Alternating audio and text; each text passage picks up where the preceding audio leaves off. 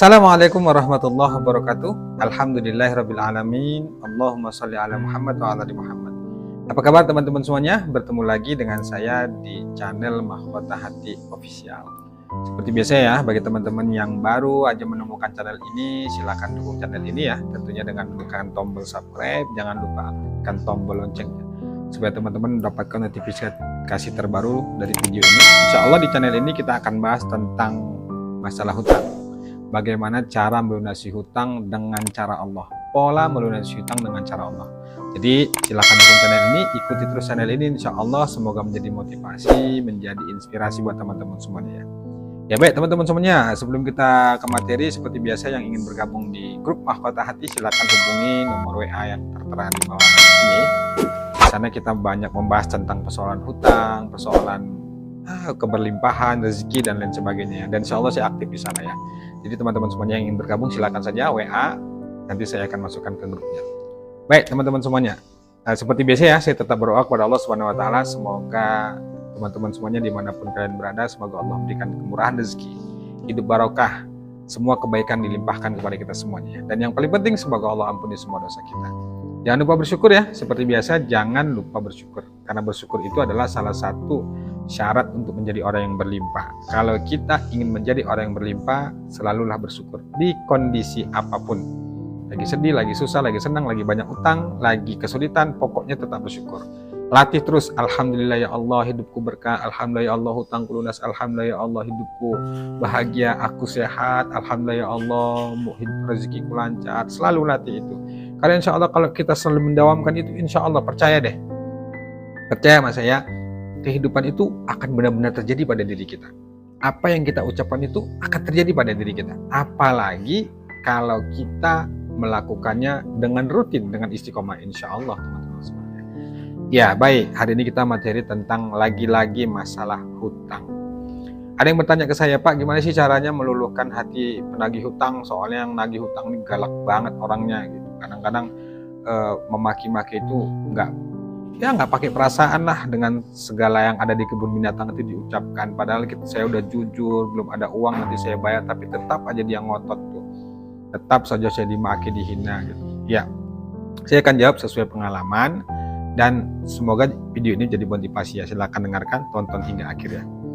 Jadi gini, sebelum saya jawab ya, saya jelasin dulu bahwa dimakinya kita, dimarahinya kita, ingat itu karena memang salah kita, dosa kita. Jadi jangan melawan. Jadi ketika mereka menagih dengan kata-kata yang kasar, terima itu. Harus terima, karena itulah bentuk kesalahan kita. Dan semuanya itu campur tangan Allah, dan semuanya itu atas izin Allah. Dia memaki kita atas izin Allah. Tujuannya apa? Supaya kita sabar, supaya kita ikhlas, supaya kita ridho, supaya kita menerima. Dan itulah kira-kira bahasa saya itu ya, sebagai hukuman kita lah, karena kita sudah berbuat salah, akhirnya dia maki-maki. Terus bagaimana cara meluluhkannya?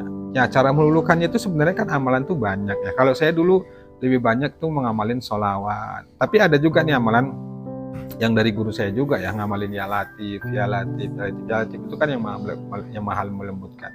Coba deh amalkan itu, selesai sholat 5 waktu 100 kali aja. Ya latif, ya latif, ya latif, ya latif. Atau kalau kita sedang tertekan, ketakutan karena besok ditagih, kita tahu nih orangnya galak, kita bingung nggak tahu harus berbuat apa, kan ya sudah. Pertama, sholat dulu, sholat hajat atau selesai sholat wajib, kemudian baca itu ya latif, ya latif, ya latif. Sambil berdoa selesai, ya Allah tolong lembutkan hati penagih utang itu ya Allah, karena hamba nggak punya uang.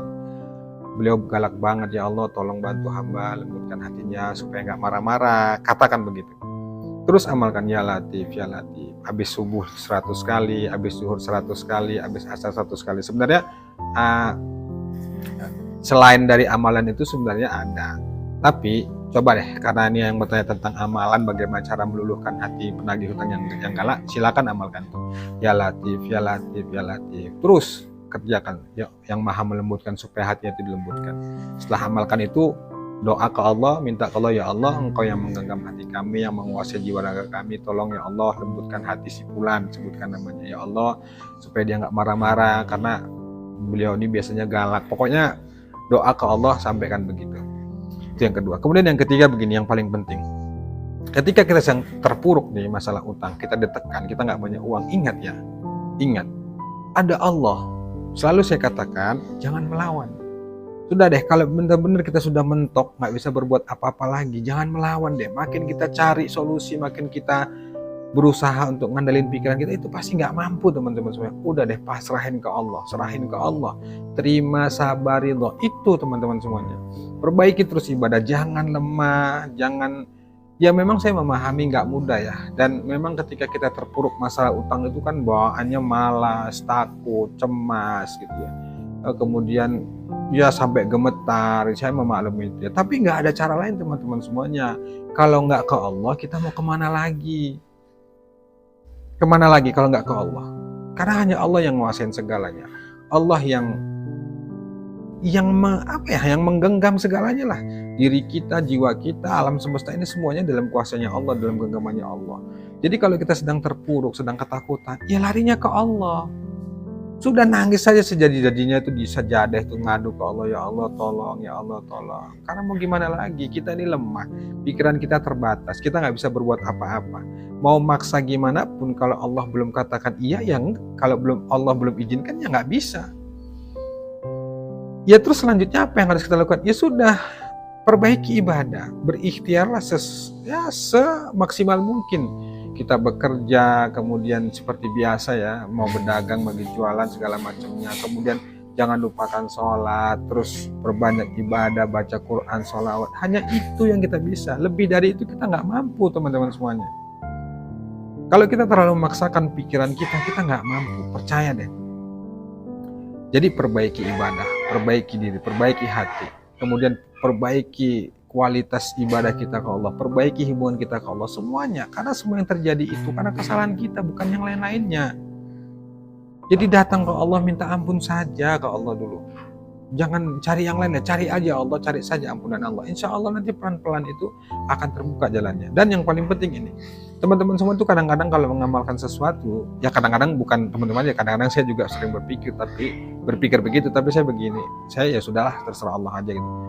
Ketika mengamalkan sesuatu, apakah sholawat, apakah istighfar, apakah tahajud, kadang-kadang kita itu fokusnya pada hasil kan. Pingin kali segera itu terselesaikan, pingin kali itu ada jawaban, ada solusi, apalagi pingin kali segera hutangnya lunas. Tapi lagi-lagi saya katakan, kita nggak bisa maksa Allah.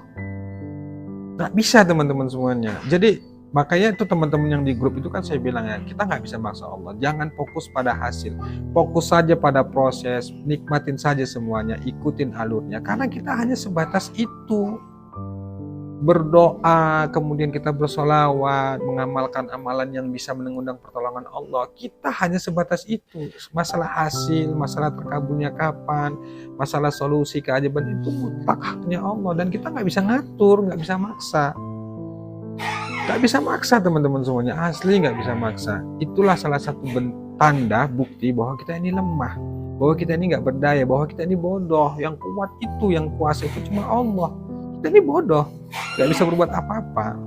Maka perbaiki ibadah kita pelan-pelan ya, pelan-pelan. Kemudian ya harus belajar menerima, belajar ikhlas, belajar ridho. Kemudian ya berusaha tetap baik sangka. Dan selalu saya ingatkan bahwa nggak mungkin Allah itu kasih ujian di luar batas kemampuan kita. Nggak mungkin teman-teman. Pasti semuanya sudah diukur. Cuman memang kadang-kadang kita merasa udah benar-benar merasa nggak kuat kali. Ya saya memahami itu dan saya memaklumi itu. Karena saya juga pernah merasakan itu ya. Tapi itu semua gimana lagi?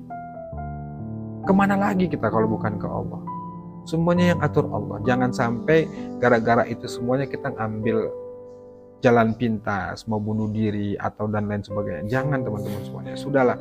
Kalau sudah begitu kira-kira kalau kita mau ditembak 12 pas gitu udah pasrah total lah. Yang penting Allah itu tahu. Kan kalau lagi berutang itu kan ada aja ini ya didoain yang enggak lah itu sama orang-orang dan segala macamnya lah. Ya sudah deh, kita mau berbuat apa? Ya sudahlah, terserah mereka menumpahkan kemarahannya, kekesalannya kepada kita. Ya karena memang itu salah kita.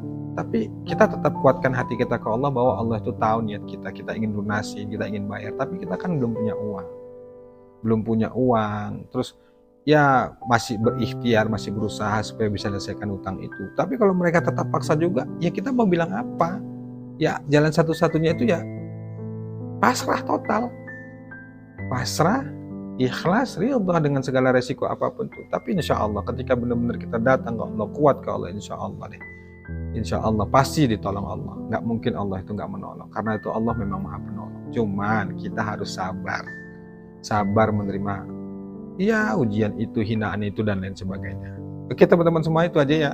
Seperti yang di awal tadi, silakan diamalkan bagaimana cara meluluhkan hati orang penagih utang. Silakan amalkan, ya Latif, ya Latif, ya Latif. Zikirkan terus. Lagi berjalan, lagi kegiatan ataupun lagi bekerja, baca aja ya Latif, ya Latif, ya Latif.